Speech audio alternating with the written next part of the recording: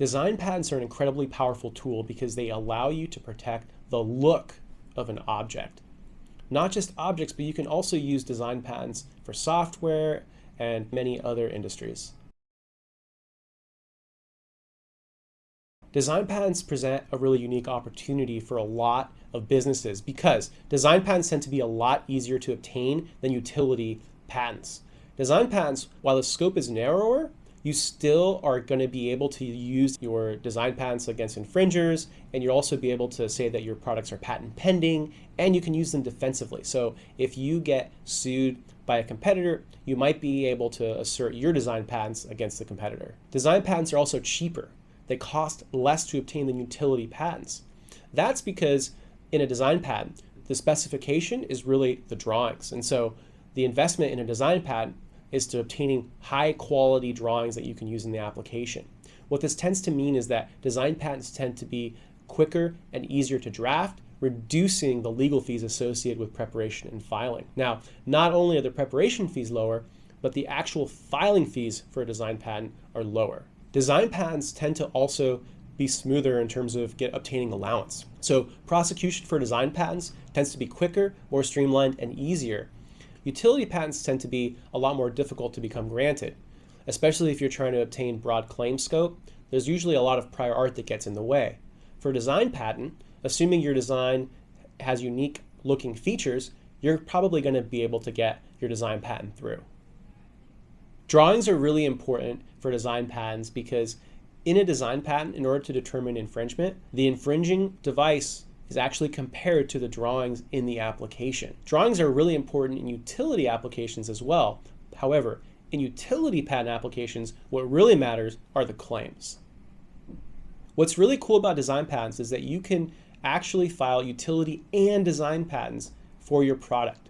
For example, if you have a new widget that you put on the market, you can use a utility patent application to protect the structure and function of your widget, but you can also file a design patent application to protect the look of your widget. If you have limited funding, I would strongly encourage you to file a design patent because the cost is going to be lower and you're also going to be able to say that you're patent pending.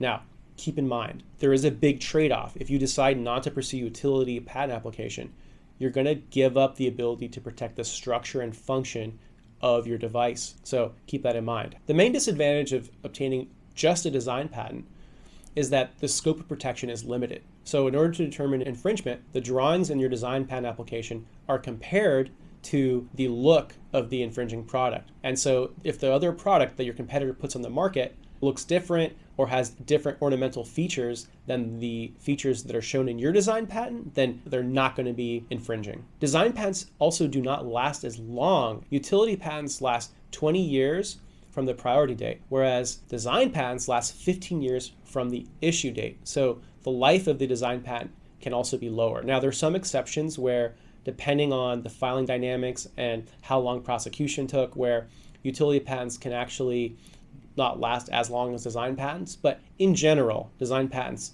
do not last as long. Design patents typically have drawings, black line drawings that show each view of the object. So for example, there'd be a top-down view, a bottom-up view, a right side view, a left side view, and say a front and back view. And you also typically will see perspective views showing the object in a three-dimensional perspective. Now, often in design patents, if you go out and look, you'll see that a lot of the figures have dashed lines. The dashed broken lines typically mean that those dashed lines are not claimed as a feature of the design. And so the dashed lines are a really useful tool because you can show the product in its actual use case. So you can actually show the product in its application so that when someone picks up the design patent, they'll be able to quickly see what type of product it is. You might be wondering what you would provide your attorney or your draftsman if you were interested in pursuing a design patent. Typically what's helpful is just taking pictures of all the various views of your product. So you're going to want to take it from all the different vantage points. And based on that, they should be able to take that and prepare solid design patent drawings. Now, videos are also very helpful because if you're missing any sort of angle or any sort of view from the video, your draftsman should be able to then draw all the views that they need. It's important not to confuse a design patent with a design mark. A design patent is a patent. So the design patent is going to protect the ornamental features of a product. Now, a design mark, on the other hand, is a trademark. Patents and trademarks are very different.